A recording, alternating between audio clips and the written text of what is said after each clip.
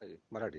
मी नमस्कार, मी मंदार श्रीपाद भट नाव घ्या देवा तुमचं. शपथ मी मंदार श्रीपाद भट देवा शपथ सांगतो की मी सत्य बोलेन, सत्य तेच बोलेन आणि सत्याशिवाय अन्य काहीही बोलणार नाही.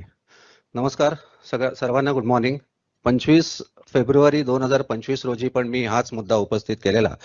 मी पुन्हा एकदा MERC समोर हा विषय मांडू इच्छितो की 2016 नोव्हेंबर पासून MSCDCL या कंपनीने सर्वसाधारण म्हणजे रिटेल ग्राहकांकडून व्हीलिंग चार्जेस घ्यायला सुरुवात केली. MSCDCLचं असं म्हणणं आहे की MERC has given approval to MSCDCL to collect wheeling charges from retail consumer. मी मागच्या वेळेस पण सांगितलेलं, आताही सांगतो की MERC is not empowered to approve wheeling charges to retail consumers. मागच्या वेळेसचे चेअरमन त्यांनी मला विचारलं होतं की याच्यासाठी तुमच्याकडे काय पुरावा आहे का? तर I have got a evidence also. I have a statement of solicitor general of India, ज्यांनी त्यांच्या ओपिनियन मध्ये क्लिअर कट म्हटलेलं आहे की जिथे ओपन ऍक्सेस असतो तिथेच व्हीलिंग चार्ज लागू शकतात. विदाऊट ओपन ऍक्सेस रिटेल ग्राहकांकडनं व्हीलिंग चार्जेस घ्यायचा अधिकार कुठल्याही डिस्कॉमला नाहीये. भारतासाठी सर्वांसाठी इलेक्ट्रिसिटी ऍक्ट एकच आहे. महाराष्ट्र सोडून महाराष्ट्राच्या बाहेर कुठल्याही स्टेटमध्ये घरगुती ग्राहकांकडनं व्हीलिंग चार्जेस कलेक्ट केले जात नाही.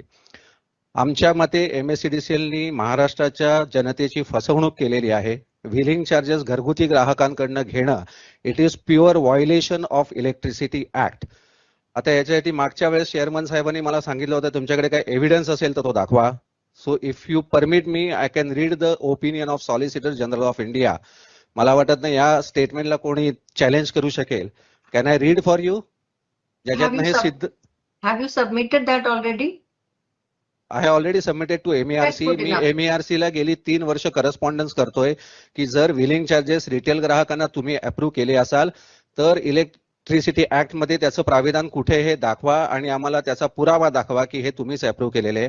आमच्या ऑब्झर्वेशन नुसार right from order number 48, order number 322 कुठल्याही ऑर्डरमध्ये असं नमूद केलेलं नाहीये की घरगुती ग्राहकांकडनं रिटेल कस्टमरकडनं व्हीलिंग आकार चार्ज करण्यात यावा.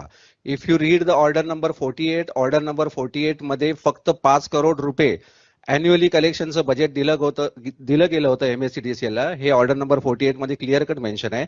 आज गेली 7 ते 8 वर्ष MSCDCL ही डेली कलेक्शन करते under wheeling charges about 30 to 35 crore. आणि सगळ्यात मोठा घोटाळा असा आहे की MSCDCLनी 2017 पासून त्यांच्या फायनान्शियल स्टेटमेंटमध्ये रेव्हेन्यू फ्रॉम व्हीलिंग चार्जेस दाखवायचे बंद केलेले आहेत. याच्यावरनं हे स्पष्ट दिसतंय की MSCDCLनी जाणून बुजून हे जनतेला कळू नयेत की किती व्हीलिंग चार्जेस वर्षाला जमा केलेत, म्हणून गेल्या 10 वर्षात त्यांनी हा प्रॉफिट अँड लॉस अकाउंटमध्ये फिगर दाखवलेले नाहीये. If you read the earlier financials 2016 मार्च पर्यंत